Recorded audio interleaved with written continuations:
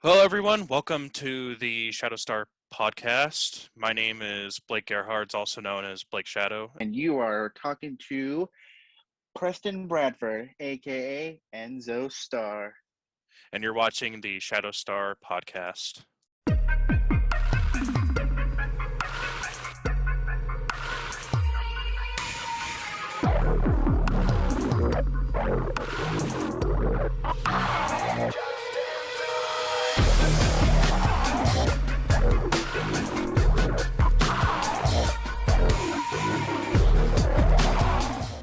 Let's now talk about Justice League. So, I don't know if you're aware of this, but this version of the film that came out back in 2017 has been redubbed as Justice League. Yes, I was aware of that. Because Joss Whedon. Yeah. So before we get to that, Justice League was a movie we were dying to see back in the day. It was like a Oh, date. dude, I was so hyped, so It was a daily conversation. But um, what we did know is that we should have been a little concerned because um, there were a lot of production trouble issues being reported. And we didn't really care because we were still excited. And the people involved, we were confident in. So they started pumping out trailers for this thing. It was a Zack Snyder movie, yada, yada, yada. The first thing I heard that had me scratching my head is they're going to do some CGI on Superman's face to remove a mustache. And I thought, oh, that can't be that bad. So then I kind of moved on from it. Then I heard that Joss Whedon was going to come in and do reshoots and rewrites. Oh well, he yeah. made Avengers. He'll do fine. And then I heard that Danny Elfman was going to rescore the movie. Oh well, he did the Batman Burton score and the Spider-Man 2 Sam Raimi score. He'll be great. So, and then I heard they were cutting the movie down to 2 hours. And then I was just like, hmm. But I'll let you talk about your thoughts and how you were feeling that day you saw the movie. And don't lie, because we all loved it when we first saw it. I did. I'm not gonna lie, I did. I loved it, and I thought it was great. Um, and then I kind of got to thinking about it more, and I got to, as it came out on like DVD and stuff, I tend to watch it a little bit more, and I was just starting to think.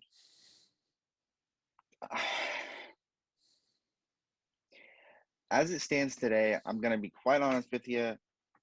I don't really like the movie all that well. I thought Steppenwolf looked like a complete idiot. I thought he looked like he looked like a bitch. And Steppenwolf has been such an iconic figure in Justice League and working along Darkseid. He's been so menacing and so badass, and just to In see the New him, 52 especially. oh my god, dude.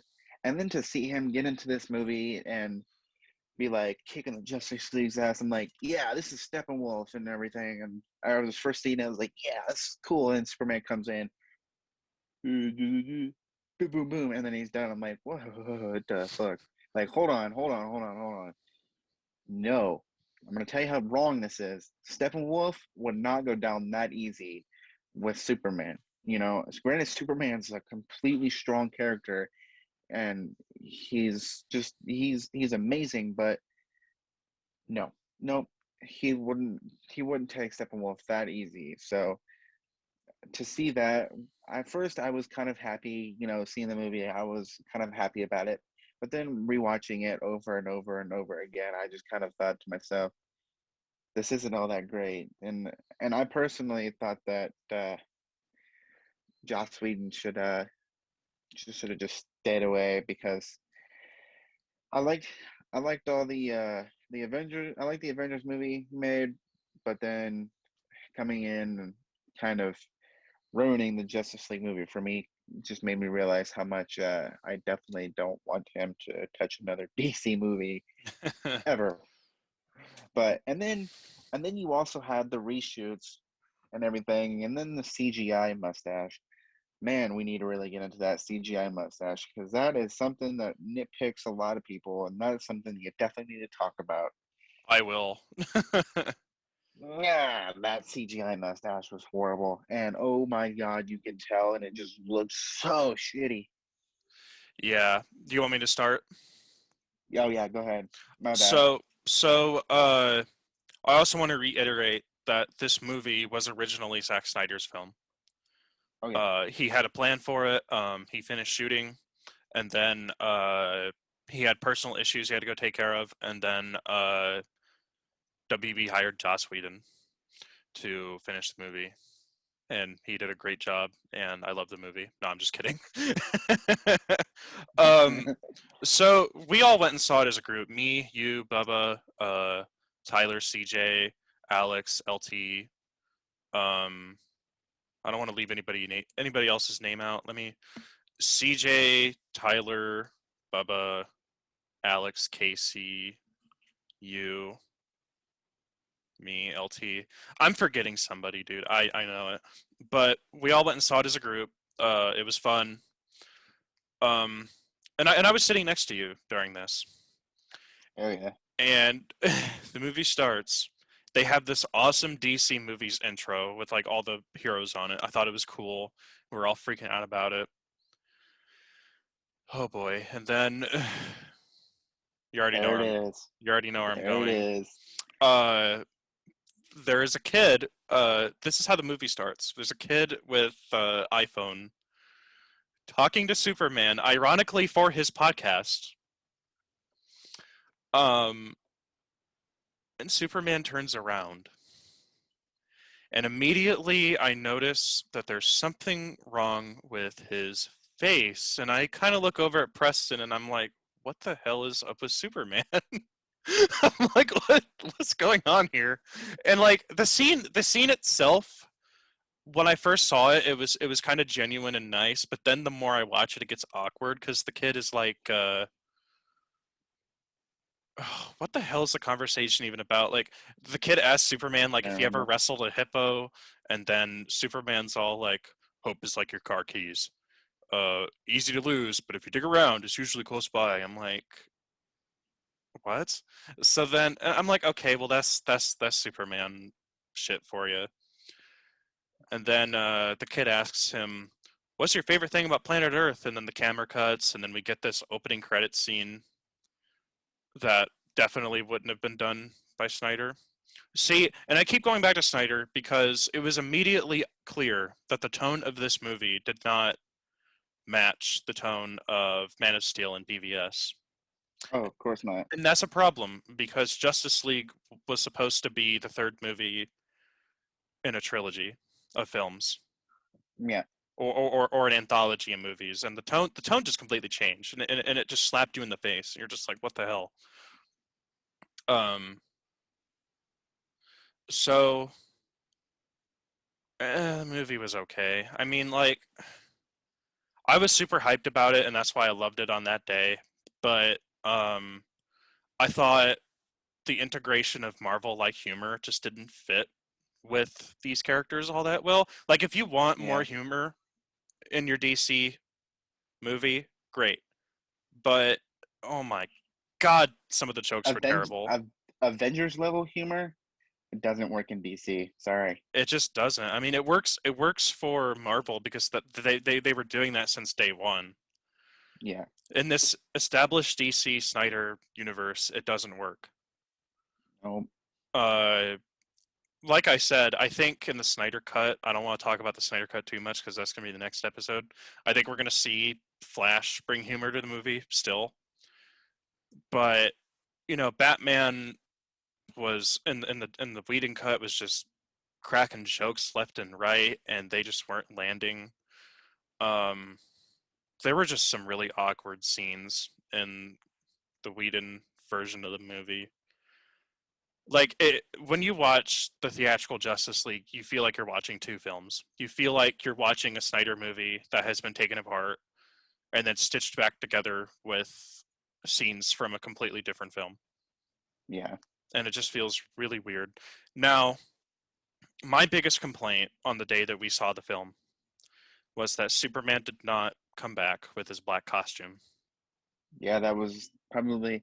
I got really high thinking that he was going to come back because it was that was an iconic moment, Superman coming back, back to life in his black outfit. It was an iconic thing in the comic books, and people knew that. People who didn't even read those comics knew to expect that thing, and that's what they wanted. And and to think that it could have happened, but Joss Whedon's like, nah, we don't need that. Never touch a DC movie again, brother, because if you do, I'm not going to go watch it. And it was actually a studio thing. They didn't want Superman to have the black suit because they kept thinking that Snyder was going to make him evil and shit. And they're like, no, you can't do the black suit. But Well, because I can guarantee you the people who said no have never, ever, ever heard nor read about Superman in the black suit. I bet. So it's all, you can just blame them for that. And it's funny because they have made two films now, two animated movies where Superman returns in the black suit. Yeah. Superman Doomsday and Reign of the Supermen. He wears the black suit in both, Mm-hmm. and it's his regeneration suit. Now, with all that being said, he's going to be wearing the black suit in the Snyder Cut, so that's great. Okay, I'm, then let's not talk about it too much. Well, yeah, that's for the next episode. yes, it is. Um, so Steppenwolf shows up in the movie, and he's pretty imposing at first. Oh yeah. Beating the shit out of Amazonians, beating up Wonder Woman, Flash, Batman, Cyborg, Aquaman. He's beating all of them up, and then Superman just comes in, one-shots him. And, alright, I'm going to be honest with you. I didn't know much about Steppenwolf before the Justice League movie, Right. but I knew that he was stronger than that. Yeah, so of course, me being the Superman fan that I am, I used to watch a lot of the stuff with Superman fighting Darkseid, and I used to read a lot of the stuff Superman fighting Darkseid, and Steppenwolf was always there, and he was always Darkseid's number two, basically. So to see him show up and be such a menacing figure, I knew that's who Steppenwolf was. He was so menacing and he was so badass and he was kicking ass and stuff like that. It was awesome, dude. And then I've seen Steppenwolf take on Superman in comics, and it was not what I had pictured. And I was upset about it because they really made Steppenwolf look like a complete buffoon. And Well, I couldn't get over them doing that to him. yeah,